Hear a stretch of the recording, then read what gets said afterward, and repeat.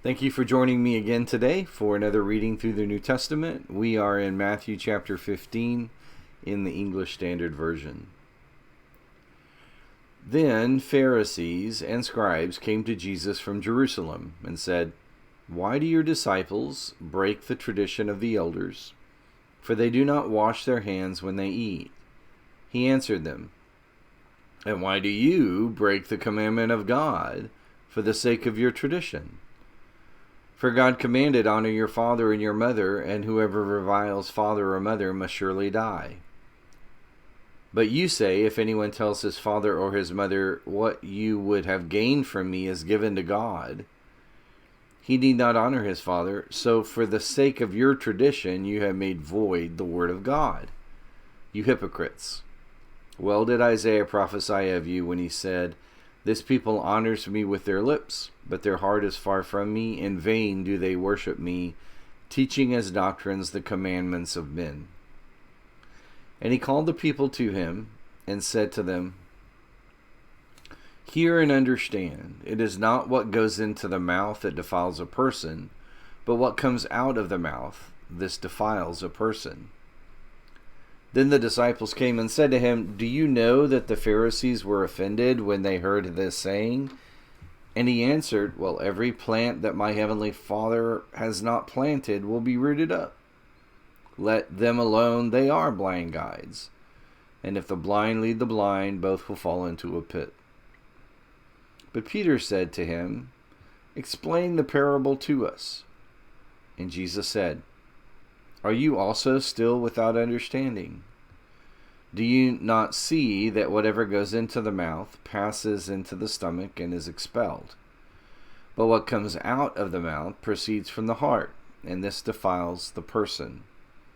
For out of the heart come evil thoughts, murder, adultery, sexual immorality, theft, false witness, slander. These are what defile a person. But to eat with unwashed hands does not defile anyone." And Jesus went away from there and withdrew to the district of Tyre and Sidon. And behold, a Canaanite woman from that region came out and was crying, "Have mercy on me, O Lord, Son of David. My daughter is severely oppressed by a demon." But Jesus did not answer her a word. And his disciples came and begged him, saying, "Send her away, for she is crying out after us." He answered, "I was sent only to the lost sheep of the house of Israel."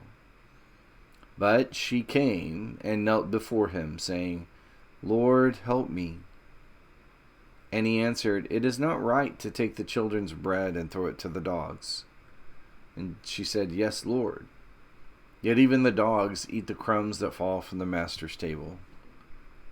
Then Jesus answered her, "O woman, great is your faith. Be it done for you as you desire." And her daughter was healed instantly. Jesus went on from there and walked beside the Sea of Galilee. And he went up on the mountain and sat down there, and great crowds came to him, bringing with them the lame, the blind, the crippled, the mute, and many others. And they put them at his feet, and he healed them. So that the crowd wondered when they saw the mute speaking, the crippled healthy, the lame walking, and the blind seeing. And they glorified the God of Israel. Then Jesus called his disciples to him and said, "I have compassion on the crowd, because they have been with me now 3 days and have nothing to eat, and I am unwilling to send them away hungry, lest they faint on the way." And the disciples said to him, "Where are we to get enough bread in such a desolate place to feed so great a crowd?" And Jesus said to them, "How many loaves do you have?" And they said, 7, and a few small fish.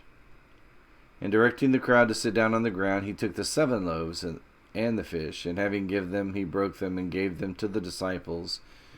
And the disciples gave them to the crowds, and they all ate and were satisfied. And they took up 7 baskets full of broken pieces. Those who ate were 4,000 men, besides women and children.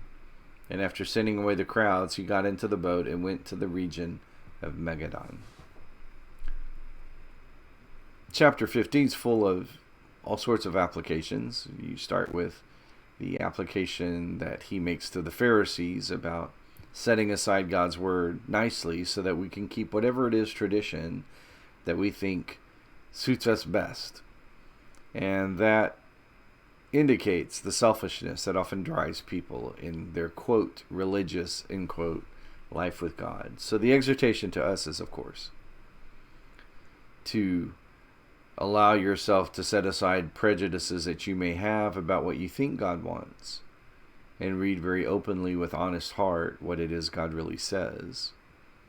But the chapter isn't just that exhortation. It's full also of the demonstrative power that Jesus has, once again, in bringing to people the needs of their body, in this case food, and how important it should be for us to see that as he demonstrates or confirms his identity by the miracles that he works, he's demonstrating again the deep compassion God has for each of us in providing for us the needs that we have, and most certainly the needs that our soul has.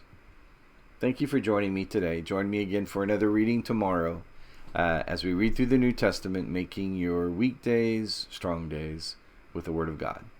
Have a good day.